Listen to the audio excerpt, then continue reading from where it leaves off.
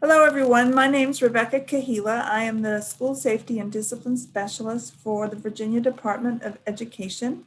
And here with me today is my friend, Krista Tenari, whose specialty is social emotional learning. And she's here to talk to us today about SEL in the school climate. Hi, Krista. How are you? Very well, thank you. So let's get started. Tell me a little bit more about your work with social emotional learning in schools. Sure.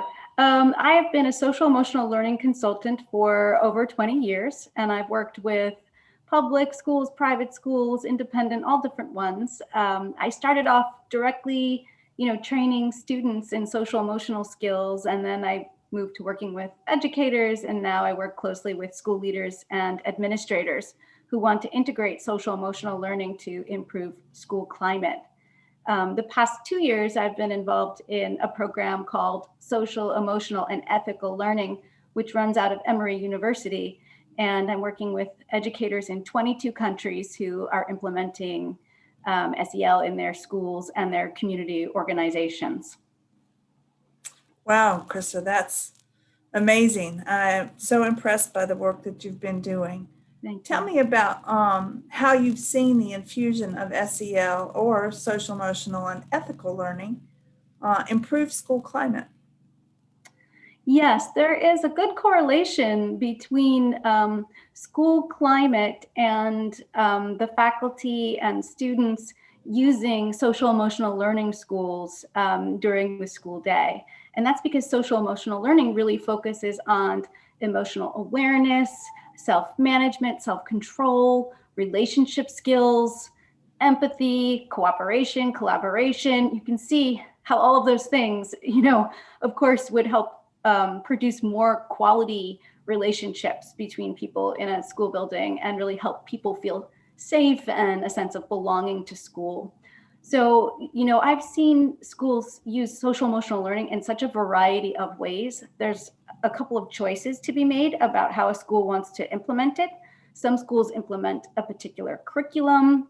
Some start with one or two key practices that they use in classrooms or throughout the school day. And others really just start with educating their staff a little more deeply so they can understand what is social emotional learning and how we can teach it to students and how it will impact the school. One thing I really recommend is that schools do an initial survey, and that survey should include the parents, the teachers, the administrators, and the students. And it should really ask about two basic things. One, what are the strengths of that school and what do people currently feel is going right? And the second thing it should ask about are some areas that need improvement. So are any of the students reporting, harassment or bullying or exclusion, or even just a feeling of disinterest or disconnect, from the school, from their teachers or classmates. And once you take a look at those two things, that data can be presented back to the school, to everyone in the school, and then you can use that to foster a rich dialogue around how the school wants to move forward. What are one or two key things that they feel identifying or working on first would really help improve feelings of safety and belonging at school? And what are one or two or three key strengths that the school already has that they can bring to bear on that process? Gosh, thanks so much, Krista. You sort of answered part of my next question, but you may have some things you'd like to add. Sure. So, what are some important first steps for schools to consider as they plan to implement social emotional learning? Yeah, great question. So the first thing would probably be that survey that I just mentioned. And then, after a school does that, depending on what they decide to target, they may want to look at holding some focus groups and bringing, students together and parents together to discuss their ideas and their concerns. They may want to start investigating different curricula that are available. So people are probably familiar with the fact that there's now many different SEL curriculum that's out there that you can buy, lesson plans for the classroom, and they're each a little bit different. So I would recommend a school really looks into those to find out which one would really meet their needs and not go with, the first one that maybe they come across. And I would say for the first year, I wouldn't target more than 2 or 3 key areas. So what I've seen sometimes is schools get really excited about this and they, want to make a lot of changes all at once.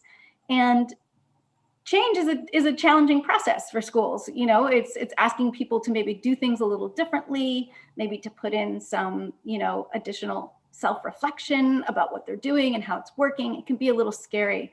So I would recommend just focus on 2 or 3 key things that a school wants to do that first year. So maybe they want to focus on, for example, a school that I recently worked with, their survey showed that students and staff both reported hearing a lot of language that was put downs and kind of nasty teasing or identity-based teasing happening in the school. So the school community decided, we really want to focus on that. That's the first thing. We want to raise awareness about it.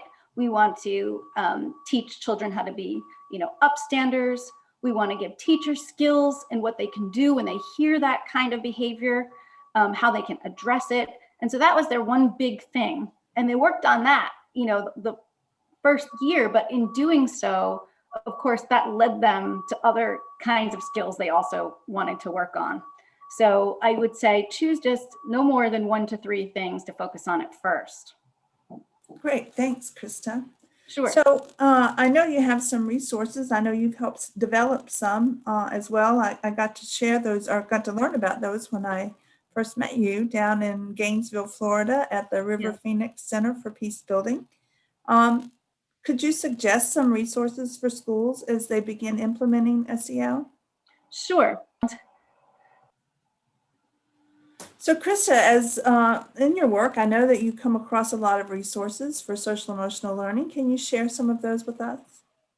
Yes, sure. I recommend that everyone visit the CASEL.org website. That's CASEL, the Collaborative for Academic, Social, and Emotional Learning. And they are a wonderful clearinghouse of information, research studies, program information, et cetera. Great advice for schools who are interested in using social emotional learning.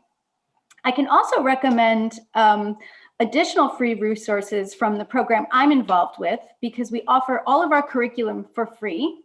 And we also are offering right now short lessons that are on our resources page that are totally free. Teachers can download them on a variety of topics such as compassion and kindness, mindfulness activities, activities on interdependence. They're really fun to do. So people can find that at clearning.emory.edu. So that is SEE learning.emory, which is EMORY.edu. And if you go to the resources page, then you'll find those there.